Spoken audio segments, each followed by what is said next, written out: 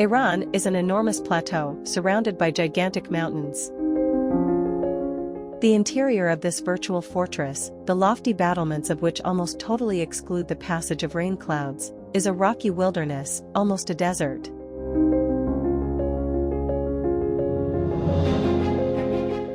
The outer provinces are humid and fever is rampant.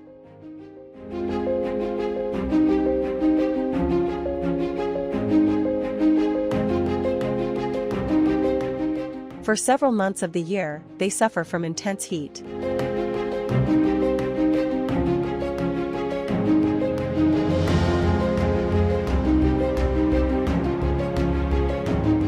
In the absence of easy communications, the rural centers are mainly villages or agricultural market towns, sometimes still surrounded by ancient defensive walls.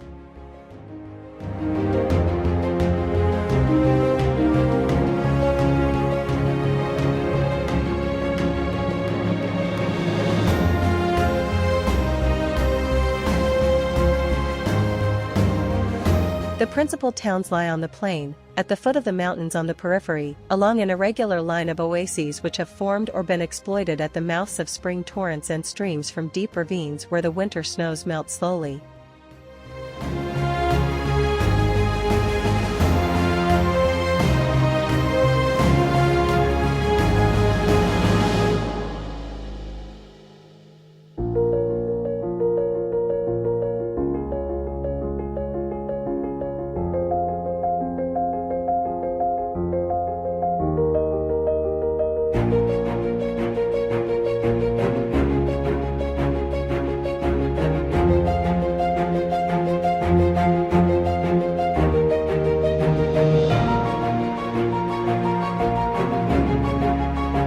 However, these oases are few in number and small in size, and although Isfahan, an exception, has become a large industrial town, the chief manufacturing town of Iran, it is because it has a river, the Zand-e-Rud, which is almost dry in summer, but is a river nevertheless.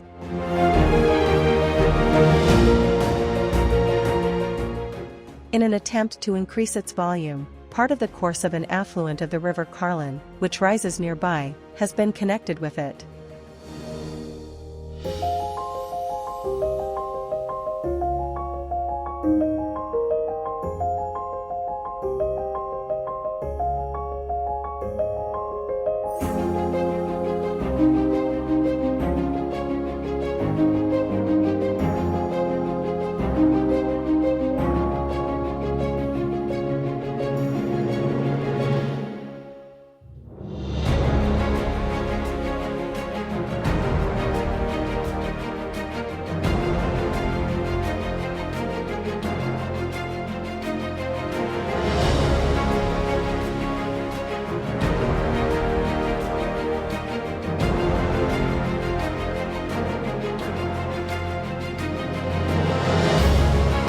A few years ago, Tehran, the capital of Iran, where large-scale works for increasing the water supply are now going on, was only able to exist thanks to some 40 underground culverts called qanats, which brought water from sources in the Alborz mountains about 11 miles away.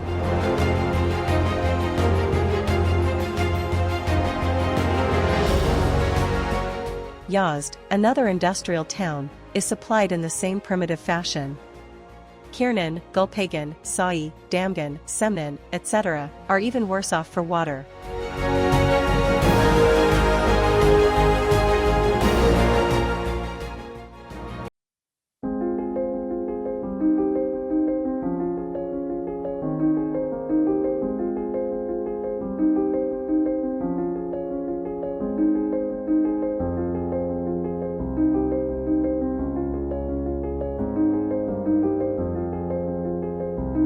In other words, there is a constant shortage of water on the Iranian plateau, and the small amount there is found only in the narrow fringe of vegetation which runs along the foot of the more important mountain ranges. Even then, it is frequently only represented by scattered green patches on the edge of the desert.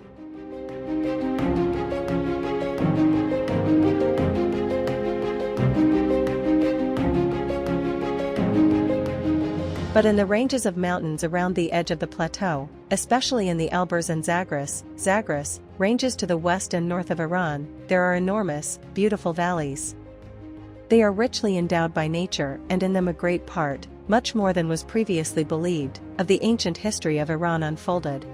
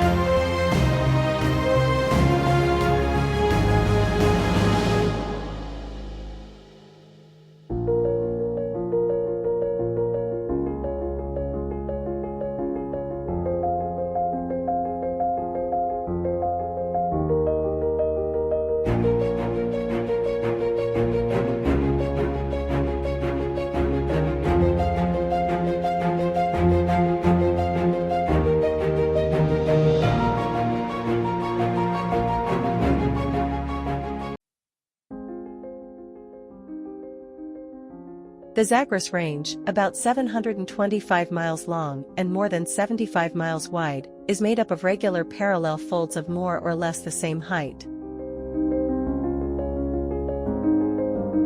They are separated by depressions 30 or even 60 miles long, which are sometimes as much as 15 miles wide.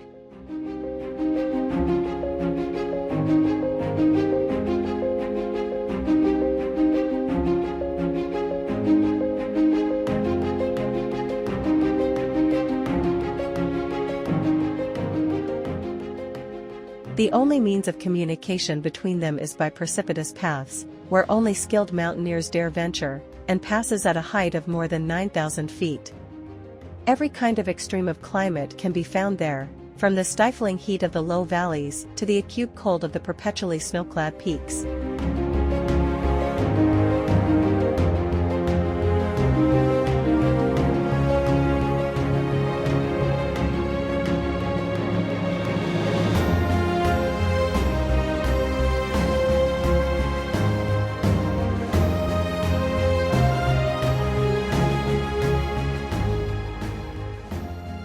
As a result, therefore, of these variations in altitude, which make it possible to grow the most varied crops, as a result of the rainfall on the slopes of the mountains which face towards the sea, and the heat which this region experiences because of its comparatively southerly altitude, the Zagros Range, which will be frequently mentioned in the first part of this video, is a region of multiple resources, suitable for raising livestock in every season.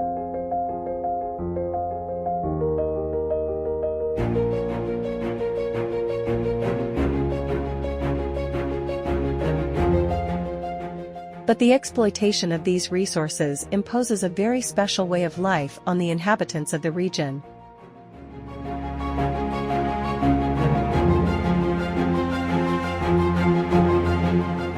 As soon as spring comes, the heat drives the flocks and their keepers from the low valleys, where they have spent the winter, and forces them to make for the peaks where they stay until the late autumn snows send them down again. Nomadism is the rule in these mountains, not, of course, fundamental nomadism, when whole tribes are constantly on the move with their flocks in search of subsistence, but what we might call a localized nomadism, or transhumance, from the mountains to the valleys and vice versa.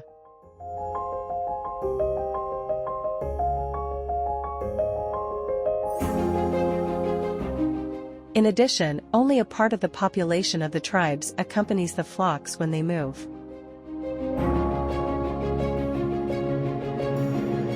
The old people, young children and the infirm are settled, as are, more or less continuously, the craftsmen, weavers, smelters, blacksmiths, leather dressers, goldsmiths, and farmers.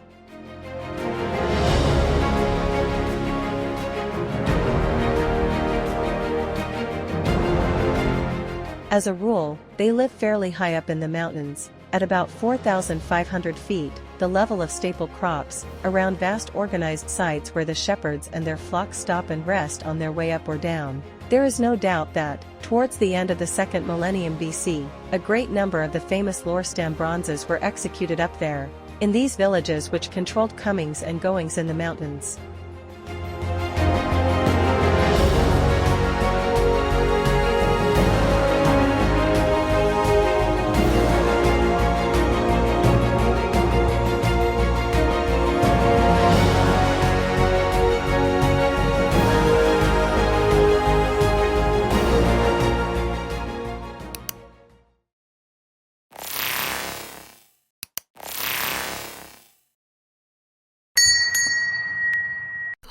and subscribe.